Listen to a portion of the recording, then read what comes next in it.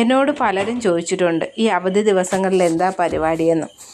വീട്ടിലെ അലക്കും പാചകവും വൃത്തിയാക്കലും ഒക്കെ ഉണ്ടെങ്കിലും എൻ്റെ ഏറ്റവും വലിയ പരിപാടി എൻ്റെ 2 മക്കളെ നോക്കൽ തന്നെയാണ്.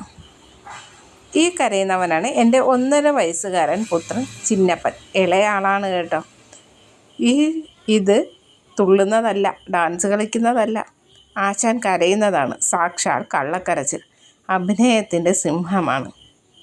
എന്തിനാണ് കാര്യമെന്നുള്ളത് അവന് മാത്രമേ അറിയൂ.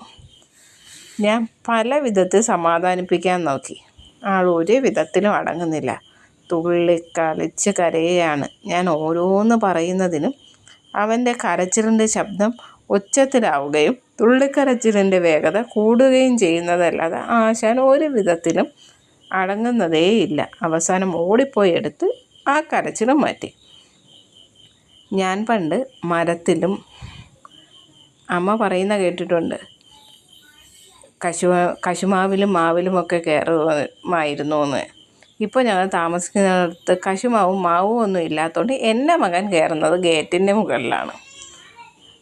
അടുത്തവൻ ഗേറ്റിൻ്റെ അടിയിൽ കൂടി എങ്ങനെ റോഡിലേക്ക് ഇറങ്ങാം എന്ന് നോക്കുകയാണ്. ആ ശ്രമം പരാജയപ്പെട്ട് തിരിച്ച് നടക്കുന്നു. അടുത്ത കുസൃതി എന്താണ് ഒപ്പിക്കുന്നത് എന്ന് നോക്കാം.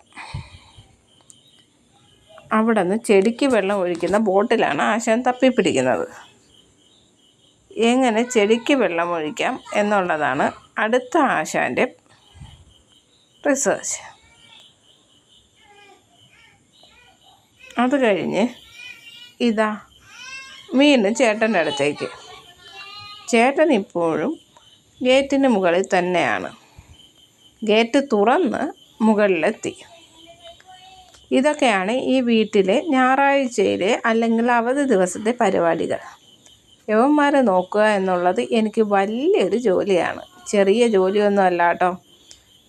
അത് കഴിഞ്ഞ് ഗേറ്റ് തുറന്നിട്ട് ചിന്നപ്പന് താനെ ഒരു യാത്ര പതിവാണ്. ഒറ്റയ്ക്കുള്ളൊരു യാത്ര.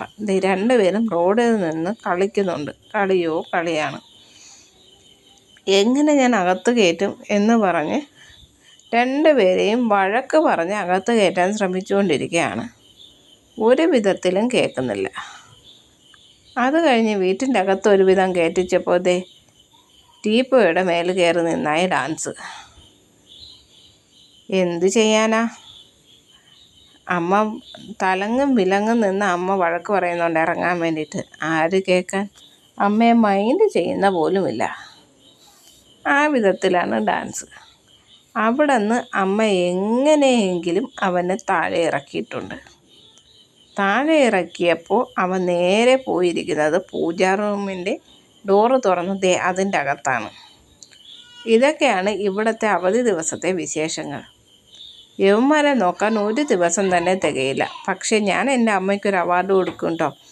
കാരണം തിങ്കൾ മുതൽ ശനി വരെയും ഈ 2 പിള്ളേരെയും നോക്കുന്നത് എൻ്റെ അമ്മയാണ്. ഞാൻ ജോലിക്ക്